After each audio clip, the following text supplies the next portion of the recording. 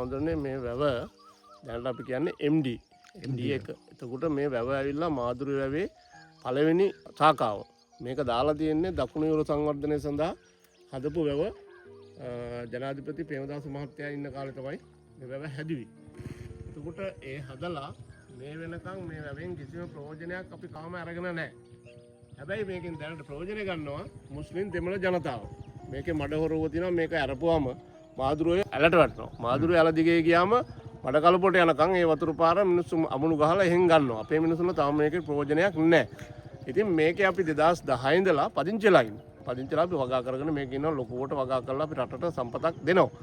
ඉතින් මේ මෑතක ඉඳලා අපිට දැන් ඒ තිබ්බ හරියෙන් මඩ කලපො දිස්ත්‍රික්කය කියලා අපි අයින් කරා. අයින් කළා අපි අම්පාර දිස්ත්‍රික්කයට දැම්මා. ඇයි ඒ අයින් කරේ මොකද්ද හේතුව?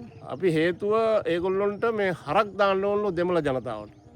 අපි අයින් කළා. එතකොට අපි ඒකෙන් අයින් කළා එක්කගලෙන් ඔය මෙහා පැත්තට දාලා අනිකර නිකන් වතුර වැලි නිකන් තියෙන පොලවක් හැදෙන්නේ නැහැ යමක්.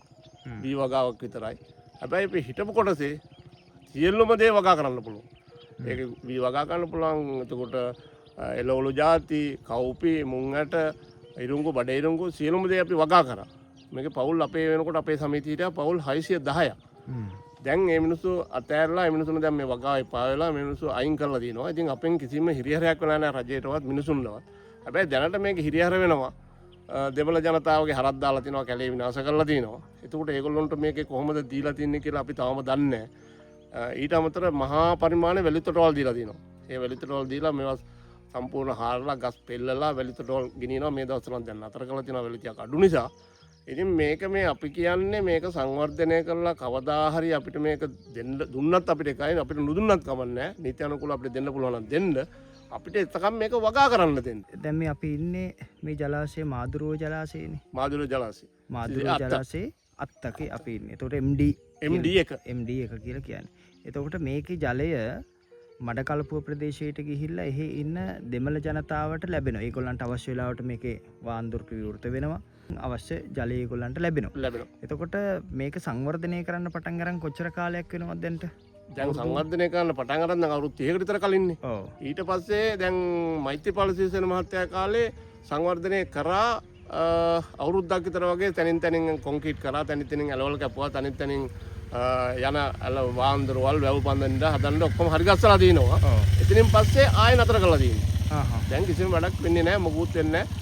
මේකේ මහා පරිමාණයෙන් වැලි ගොඩ දාන්න තිබ්බා. මේ වැව් වලට යට වෙනවා කියලා වැව් හදනවා කියලා මේකේ තිබ්බ වැලි ගොඩ දැම්මා. හැබැයි ගොඩ දැම්මේ මේකේ සංවර්ධනය සඳහා. මේකේ වැඩට වැලි ගන්න. හැබැයි මේ වැලි යටයක්වත් දැන් මෙහෙ නැහැ. මේ වැලි ඔක්කොම ගිලිච්ච කොළඹට මෙහෙ නැහැ.